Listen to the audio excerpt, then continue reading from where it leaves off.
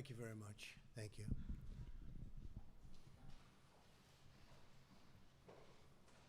Great honor to be with you today. And being here is a really important moment as far as I'm concerned. My first duty as president is to protect the American people, and today I'm taking action to fulfill that sacred obligation. In recent weeks, there's been a radical movement to defund, dismantle, and dissolve our police departments.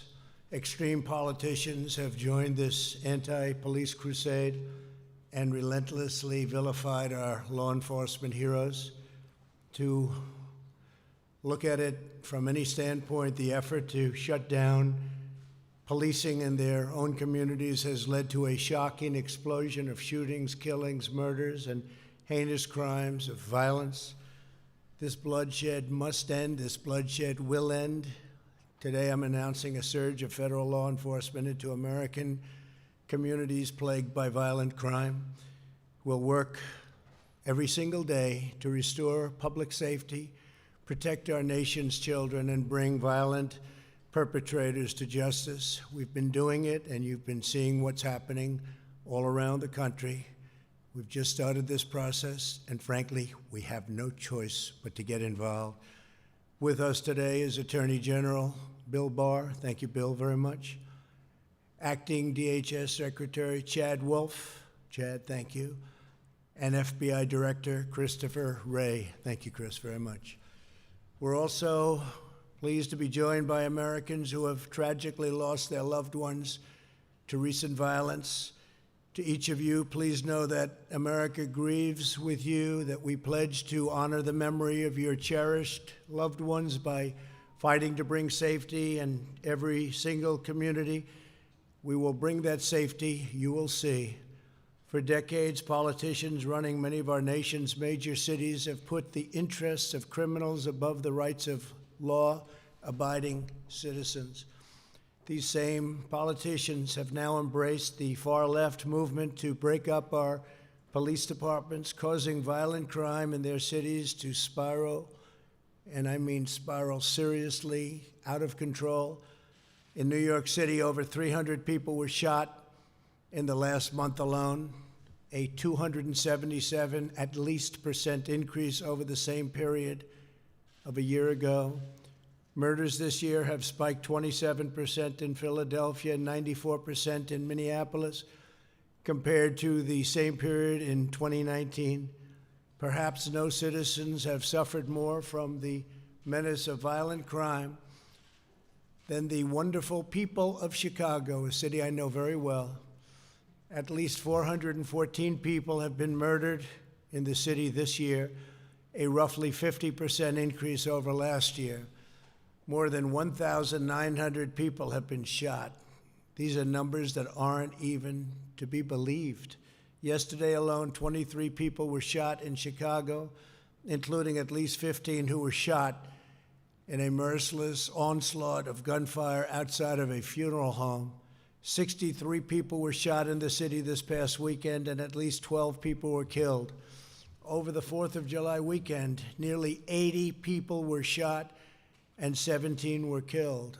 Over Father's Day weekend, 104 people were shot and 15 were killed, including 5 young children. And the last weekend in May saw the city's deadliest day on record, 18 murders in 24 hours. Behind each of these horrifying statistics is a victim, a family, a loved one, and a life of cruelly shattered, and it's just so sad to see and so sad to look and so sad to see how these lives have been just torn apart. An African-American father of 3 was killed while walking into a store to pay his cell phone bill. A 13-year-old girl was killed when a stray bullet came through the window of her home and hit her in the neck in the presence of her family. On Independence Day, 14-year-old Vernado Jones Jr. was playing basketball with friends in a Chicago park when he was senselessly killed in a massacre that left 8 people dead or wounded. Bernardo's mother, Cheryl, is here with us today. And Cheryl, please know that all Americans mourn by your side. We will carry your son's memory. He will not be forgotten. Cheryl? Cheryl? Thank you very much. Thank you for being here, Cheryl. Thank you very much. It's a great honor to meet you before. Thank you.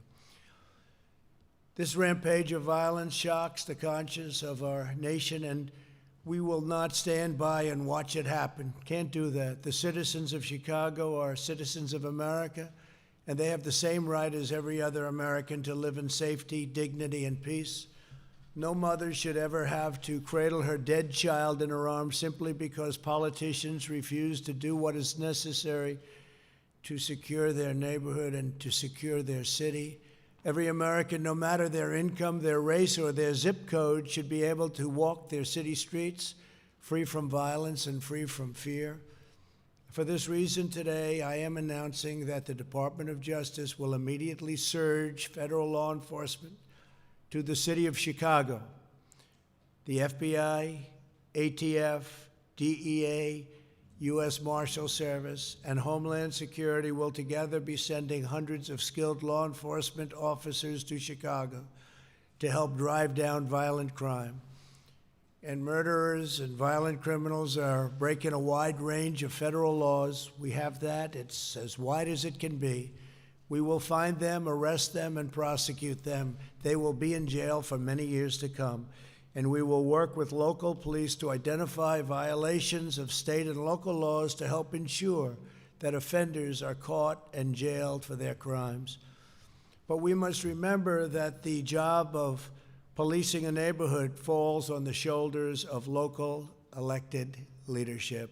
Never forget that. When they abdicate their duty, the results are catastrophic. Americans must hold their city leaders accountable. They must insist that community officials fully support, fully back, and fully fund their local police departments. There is simply no substitute for a police department that has the strong backing of city leaders. In the meantime, we will use federal law enforcement to vigorously charge federal crimes and support these besieged communities to the greatest extent possible. This will be hard, painstaking work. It will take time. The tide will not recede overnight, but we will marshal all of the strength and focus and determination that we can possibly do. This is a critical effort. We will continue to call on state and local leaders to do their job and protect their citizens. The operation in Chicago will be done as part of Operation Legend, which was recently launched in Kansas City, Missouri, and very successfully, I might add. It is named after Legend Taliaferro, a 4-year-old boy who's shot, think of this, he was shot and killed last month while he lay asleep in his home. Legend's mother grieves. Our hearts and pains and souls, and we thank you very much for being here. Thank you very much. Thank you very much. Appreciate it. We are profoundly grateful to be joined by Sharon. Would you please stand, Sharon? Sharon, please. And also Legend's father, Raphael, and his grandparents, Alfred and Pauline. Yes? You look so great, so great. Thank you very much. I appreciate your nice statements before, too. Thank you very much. Thank you.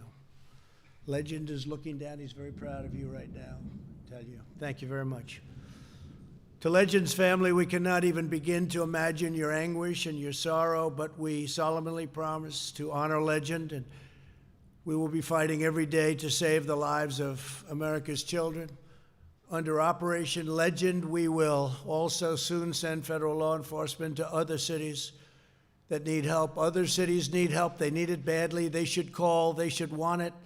They're too proud or they're too political to do that. One of them is Albuquerque, New Mexico, where last fall, 55-year-old Jackie Vigil was murdered as she was getting into her car to go to the gym. We're joined today by her husband, Sam, and her sons, Raul and Kevin, both New Mexico State police officers. Would you please stand? Thank you very much. Thank you. Thank you very much. I appreciate it. Thank you. Great-looking family. Thank you very much. To Sam, Raul, and Kevin, we're moved beyond words by your presence here today. We thank you very much for being here. It's a great honor to meet you. This afternoon, I'm also announcing that the Department of Justice will provide more than $61 million in grants to hire hundreds of new police officers in cities that are the focus of Operation Legend. We will never defund the police. We will hire more great police. We want to make law enforcement stronger, not weaker. What cities are doing is absolute insanity. Many of the same politicians who want to slash resources for law enforcement have also declared that their cities are sanctuaries for criminal illegal aliens. In other words, after arresting illegal aliens for crimes, the police are ordered to release those criminals back onto the streets to continue their crime. Last year, Chicago politicians forced the release of illegal aliens charged with crimes such as assault, armed robbery, strangulation, and attempted murder. My administration will be working to remove dangerous offenders sprung loose by these deadly policies and, frankly, by these deadly politicians. America must be a sanctuary for law-abiding citizens, not criminal aliens. My vision for America's cities could not be more different from the lawlessness being pushed by the extreme radical left. While others want to defund, defame, and abolish the police, I want to support and honor our great police. While the radicals want to abolish charter schools and eliminate school choice, I want to expand school choice, and every family in America should have that option. While others want to destroy opportunity, shut down businesses, and send our jobs overseas, we are hiring Americans and we are buying American product. We want to build factories in Baltimore, not Beijing. We want to make our products in Chicago, not Shanghai. We want the American dream for American children, and I will fight to deliver that dream every ounce, every single ounce of my strength. I will be fighting. But opportunity cannot thrive where there is violence, prosperity cannot flourish where there is bloodshed, and security cannot exist where crime and murder with impunity. Legend is all about. To answer the pleas and crying for help for those people in Chicago and other cities where we'll be, help is on its way. I'd now like to ask Attorney General William Barr is doing President. And I'd like to thank especially the families of the victims who have come here today and have allowed us to inaugurate this effort in the name of their loved ones. And I'd like to thank all our law enforcement colleagues from around the country, state, local, and federal. As the President said, the first duty of government is to protect the safety of our citizens. And we're here to explain the initiative to combat rising violent crime in a number of our cities. Our goal is to help save lives.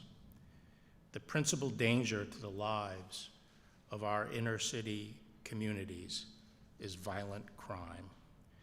The leading cause of death for young black males is homicide. Each year, approximately 7,500 black Americans are the victims of homicide. Every one of those lives matter. In 1992, violent crime was nationwide was double what it is today. And it was at that time that federal law enforcement first turned its attention to this kind of violent crime. Before that, the federal government really didn't play that much of a role in it. But we started to attack violent crime in conjunction with state and local government. It was at that time, for example, that the FBI set up its anti-gang task forces throughout the United States. And we started using our strong federal laws that permit us to target those who use guns to kill others and those that are involved in gang activity. Our approach was to set up anti-violent crime task forces in the cities to enforce federal law and take the shooters and the chronic violent criminals off the streets. We help pay for state and local officers to join these task forces so we could leverage our strength. And this approach was extremely successful in the intervening decades in driving crime down. Now, at the end of the Obama administration, crime started going back up again. And for the first two and a half years of this administration, we were succeeding in pushing it down. But less than a year ago, Mr. President, you'll recall that as we saw crime starting to go up in a few cities, you asked me to initiate a surge in those cities to help our state and local partners deal with it. And so we did start this program, which we called Relentless Pursuit. Unfortunately, COVID intervened and we had to abort that effort. And since then, we had that terrible event in Minneapolis, but then we had this extreme reaction that has demonized police and called for the defunding of police departments. And what we have seen then is a significant increase in violent crime in many cities. And this rise is a direct result of the attack on the police forces and the weakening of police forces. And the president's gone through the terrible statistics. So in response to that, we have initiated this program, Operation Legend, to step up the activity of our task forces, our anti-crime task forces in the hard-hit cities by committing more federal agents and supporting more state and local task force officers. It's important to stress that the operations we're talking about are the standard anti-crime fighting activities we have been carrying out around the country for decades. We will be adding federal agents to the task forces. These are street agents, they're investigators who will be working to solve murders and to take down the violent gangs, and they'll be working shoulder to shoulder with our state and local colleagues. This is a different kind of operation, obviously, than the tactical teams we use to defend against riots and mob violence. And we're going to continue to confront mob violence. But the operations we're discussing today are very different. They are classic crime fighting. We have named the operation, as we've said, Operation Legend, and we started rolling it out a couple of weeks ago in Kansas City. And just to give you an idea of what's possible, the FBI went in very strong into Kansas City, and within 2 weeks, we've had 200 arrests. We will be adding cities in the weeks ahead, and for now, we're including, beyond Kansas City, as the president said, Chicago and Albuquerque. The FBI is today announcing rewards for information related to the killing of Legend, Jackie, and Vernado. We are seeking justice for those victims today, and Operation Legend aims to immediately help our police agencies and our local leadership to prevent additional victims. The FBI has established a hotline for the public to report information they may have that may help in solving these murders. The hotline number is 1-800-CALL-FBI.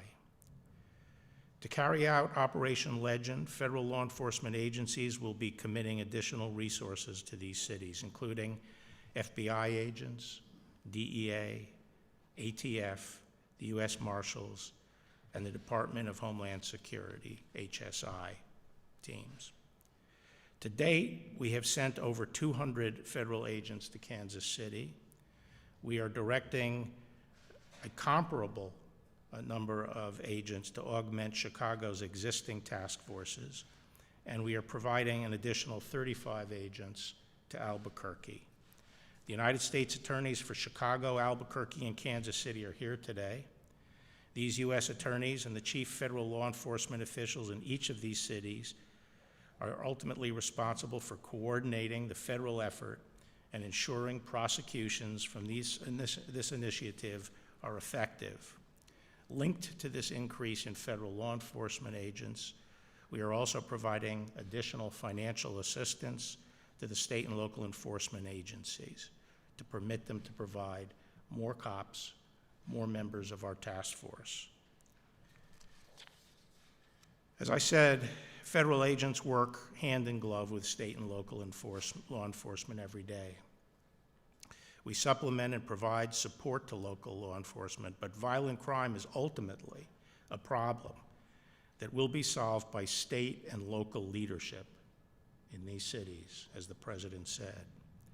Our announcement today is a demonstration of our commitment to the men and women who serve as police officers in Chicago, Albuquerque, and Kansas City. Your efforts to protect these communities are not forgotten. So too, this announcement and Operation Legend as a whole is also a commitment to the families of Legend Talferro, Jackie Verhill, and Vernado James, that those names will not be forgotten. We will not rest until justice is delivered for your loved ones. Thank you.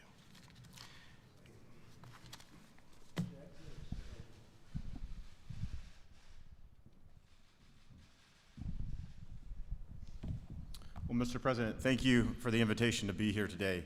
It's always an honor to discuss the actions to protect and defend the peace and liberty we value in this country. Attorney General Barr, partnership our departments have in executing a shared mission of protecting the homeland and bringing justice to those who threaten it remains as strong as ever. So thank you for your partnership. As the nation's largest law enforcement agency, the Department of Homeland Security stands ready and able to commit our highly skilled, highly trained Homeland Security investigative special agents to help restore law and order. In the wake of 9/11, DHS was founded so that the federal government could better partner directly with state and local law enforcement. As DHS supports this critical effort led by the Department of Justice, Homeland Security investigative agents will leverage their networks, their assets, and their expertise to energize criminal investigations. Homeland Security Investigations' mission is to investigate some of the most violent criminals, specifically those involving transnational gangs and narcotics trafficking. And let me just take a quick moment to clearly make a distinction, as the Attorney General did, about what is occurring in Portland versus the important action that we're announcing here today. In Portland, we see almost 2 months of coordinated violent attacks by anarchists against a federal courthouse and federal law enforcement officials sworn to protect it. In Chicago, we see an unprecedented rise in crime against fellow citizens. The DHS mission in Portland is to protect federal property and our law enforcement officers. In Chicago, the mission is to protect the public from violent crime on the streets. Leaders of these great cities should not stand behind the status quo. They should stand with America. They should condemn these violent attacks, and they should work with this administration and this president to bring about law and order. I know everyone standing here today, every Homeland Security investigations agent assigned to Operation Legend, and every reasonable American agrees with the basic premise that every 4-year-old should be safe at night to sleep in their bed. The department grieves with all the families experiencing excruciating and heart-wrenching stories of loss. We as a department stand resolute, committed to working together across the federal government and with our state and local law enforcement partners to keep that promise.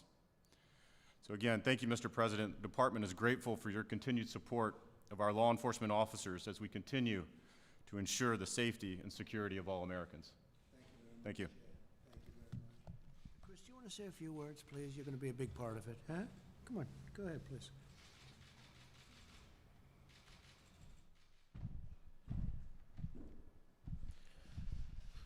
The real measure of success of initiatives like Operation Legend is the ability of communities to feel safe.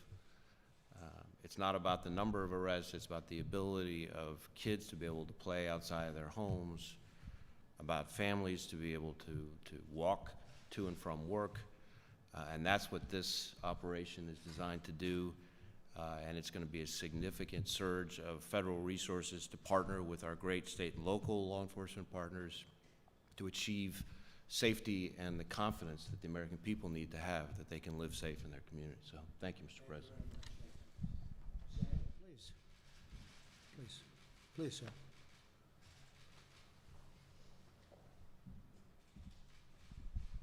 I would start off by thanking you for, I never imagined that I would be in the same room with the most powerful person on earth. And thank you, Mr. President. Thank you, Mr. Barr. I would like to just very briefly make a few comments about my wife, the way she was. Jackie was the type of person that loved to go to the gym. That was one of her big things. She also liked to send out prayers on a daily basis to people. She would pick verses from the Bible, prayers that she came across with, and she would either email those prayers or tweet them to some of her friends there in Albuquerque. That all ended on November 19th. As I mentioned before, she was one of those people that had to go to the gym, otherwise she wouldn't make it through the day. We usually get up around 4:30 to 4:45. She got up, I got up, I went downstairs, I got me a cup of coffee. She came down and she says, well, I'll see you in about an hour. That's about how long she would spend at the gym. I heard the garage door open. And then all of a sudden, almost immediately after that, I heard the horn on the car. So I went out there and I thought maybe she forgot her gym card or something and wants me to go out there and take it back to her. When I opened the door, the garage door was open. There was a vehicle behind hers blocking her.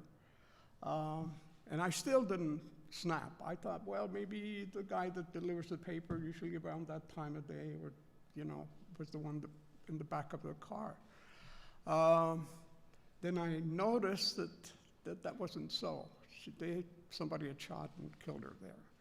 I saw a person walk over on the on the passenger side of the vehicle that was behind her and get on and take off like crazy.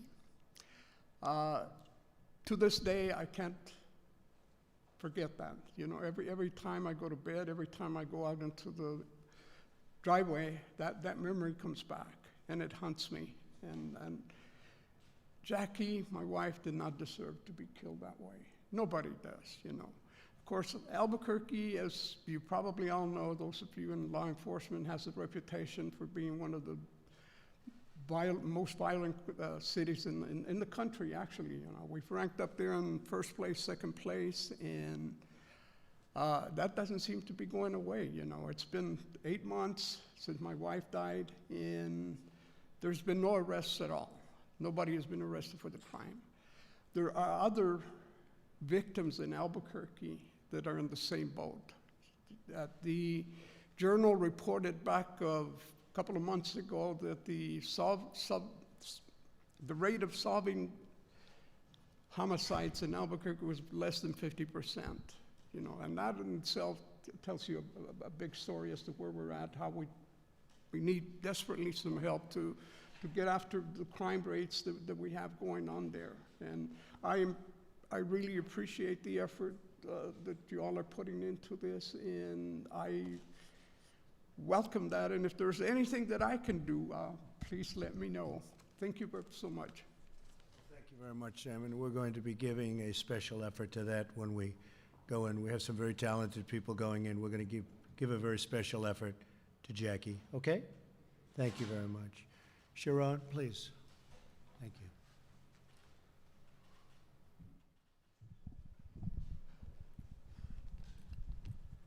Thank you. I appreciate the efforts. Good afternoon. I am Sharon Powell. I am Legend Talaferro's mother. I want to thank God for giving me the strength to withstand today. Operation Legend is not to harass, it's not to harm or to hurt. It is to help investigate unsolved murders, and which one of those happened to be our innocent 4-year-old son. This operation is personal to us. We want justice for our son and others. We have to take a stand in our communities and speak up to help this operation be successful. My one and only child who fought through open heart surgery at 4 months is gone due to senseless gun violence. Children are supposed to be our future, and our 4-year-old son didn't make it to kindergarten. I stand here today as a mother fighting against violence for my son, Legend Talafero.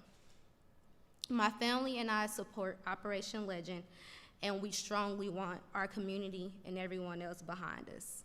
Thank you so much, you guys. I appreciate all the efforts.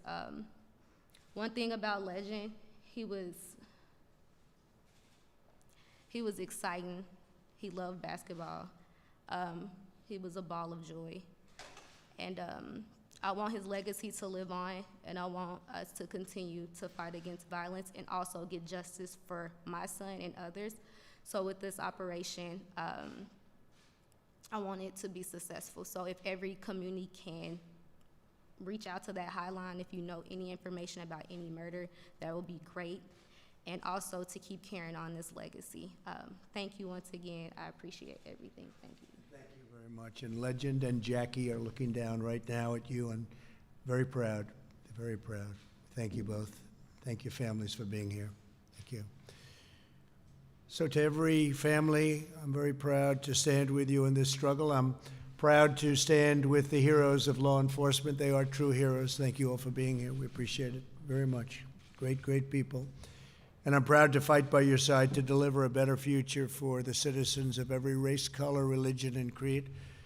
As soon as the cities and states call to ask for help on a very large basis, we will be there with full force, and we will stop this horrible situation very quickly. But in the meantime, we're doing something that's going to have an impact. And Mr. Attorney General, thank you very much. Chad, thank you very much. Do a good job. I have no doubt you will. Thank you. Thank you very much. Thank you. See you later. Thank you.